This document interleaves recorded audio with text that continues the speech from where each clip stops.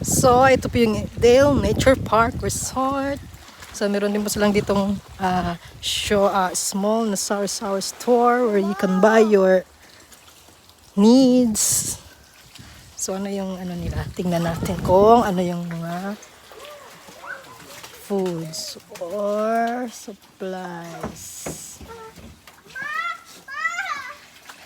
Namo yung mga shirt baligya dire, ma'am. Wala, panligo. Oh my goggles mo ba? Rent na ning gagos? Or baligya gyud ha? Baligya gayud? Ah, pila renta? 50? Ma, kaliti sa goggles. Mag-rent kami duha.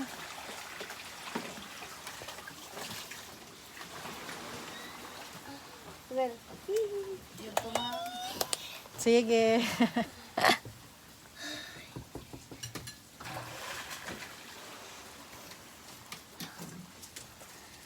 Anong pink o blue? ate, saliho na. Tiba na lang niya sa ano. Oh, ito na. Oh. Happy? Happy? Yes! Sure mo, oy. Baliktad daw imo, Jewel. Paano ba to? Kuya, ako na si Jewel na eh. Ito ang taod.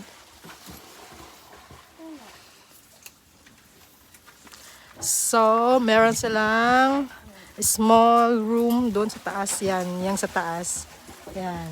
Yan ang rooms nila. So, pwede dito mag-overnight. Rent siya, 50. So before ka maligo sa pool, so dapat mag-shower ka muna. Yan, oh, 'di ba? Ang cute na yung shower nila. Cute, 'di ba? Cute.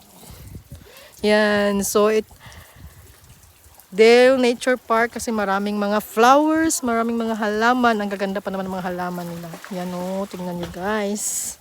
Yan, 'di ba? Ang ganda.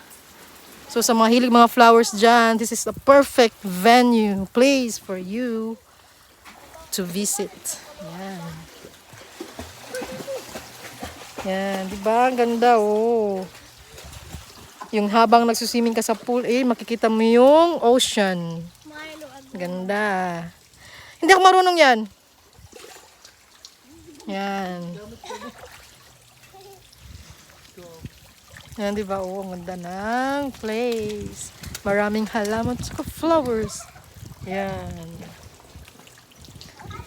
Tsaka yung pool nila is merong pang kids. Yun, yung pang kids yun. Tsaka ito yung pang adult. Pero yung sa pang adult ay hindi siya masyadong malalim. So, tsaka yung tubig nila is from spring. Galing sa bukid. Balls. Yes. Tapos ka na Tapos ka na nagmuni-muni doon, nag-imo-imo. Yan, di ba? Ang ganda. Tsaka yun yung mga cottage nila yan. Cottage yan. Worth 500 yan siya. Tapos ito yung worth 350. So yan, ganda. Happy swimming guys. Bye.